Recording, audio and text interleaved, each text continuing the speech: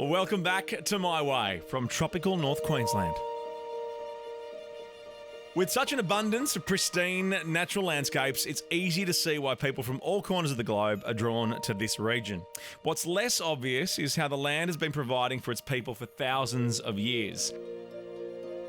Enter local man Juan, who's been sharing this knowledge passed down through his ancestral lines with visitors to help connect cultures.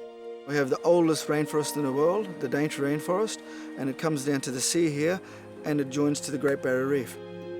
It's the only place in the world where two World Heritage listed sites actually come together, and it's one of the most diverse environments on the planet. Hi, my name is Juan. Yulmbril Nyayububu. Come see it my way. I am part Guugi on my father's side and Torres Strait Island on my mother's. I was born and raised here, so I was lucky when I was younger, spent a lot of time with my grandparents. They were born up in the bush, lived a traditional lifestyle.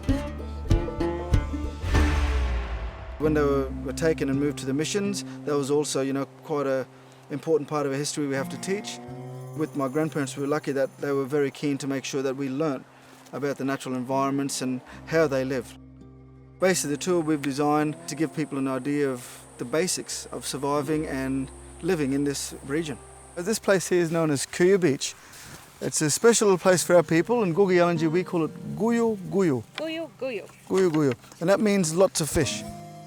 We're going to go for a little walk down and check out some mangrove habitat and some coastal mudflats and hopefully find some food down in the mangroves and give you guys an idea of what our people, the Guugi people, utilised in traditional times. A little strange at first, walking through this mud, so follow us out, nothing to be scared of. As we're walking out, just keep your eyes on the ground for any little mud crabs and shapes of mud crabs in the mud. For some people it's quite daunting, but once you get through it, people find it a once in a lifetime experience for them, once they've been out there and done it. There you go, little fella.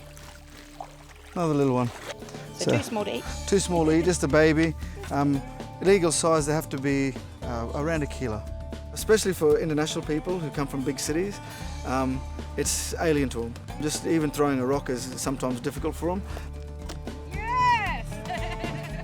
So it's always good to get them out, just go through the basics, how to hold a spear safely, then throw it, then we give them a little bit of a practice run. Most people, they find it quite amusing. I find it amusing anyways, trying to hit targets. So lean off your back foot, and as you step forward, push and pull. Oh, nope. That's it, that's good. Our people, we had everything at our doorstep. We have fish in abundance, turtles, reptiles, mammals, and then of course in the treetops, many, many different bird species as well. Just the diversity here is amazing because of this unique meeting of those two ecosystems.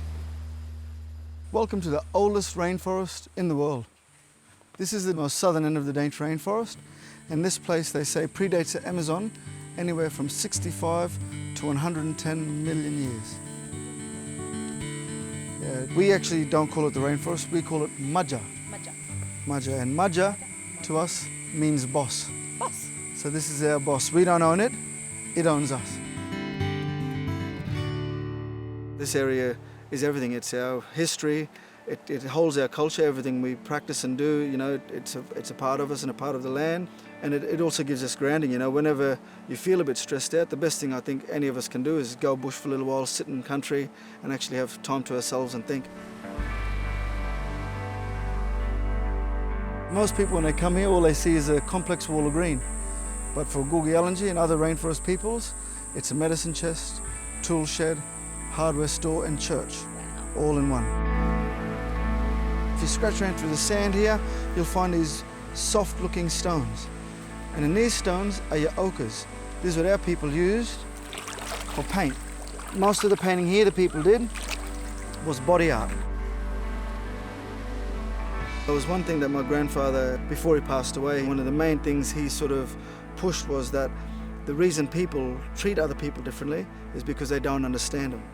And the more you can teach people about our people, about Aboriginal people, about Aboriginal cultures, histories, the more understanding they'll have of those different people and the less chance of those sad things that happened in the past ever happening again. It's all about understanding, educating, and people, they'll gain a respect for different cultures around the world. For information on when Juan's tours will once again be available, check out his website for updates.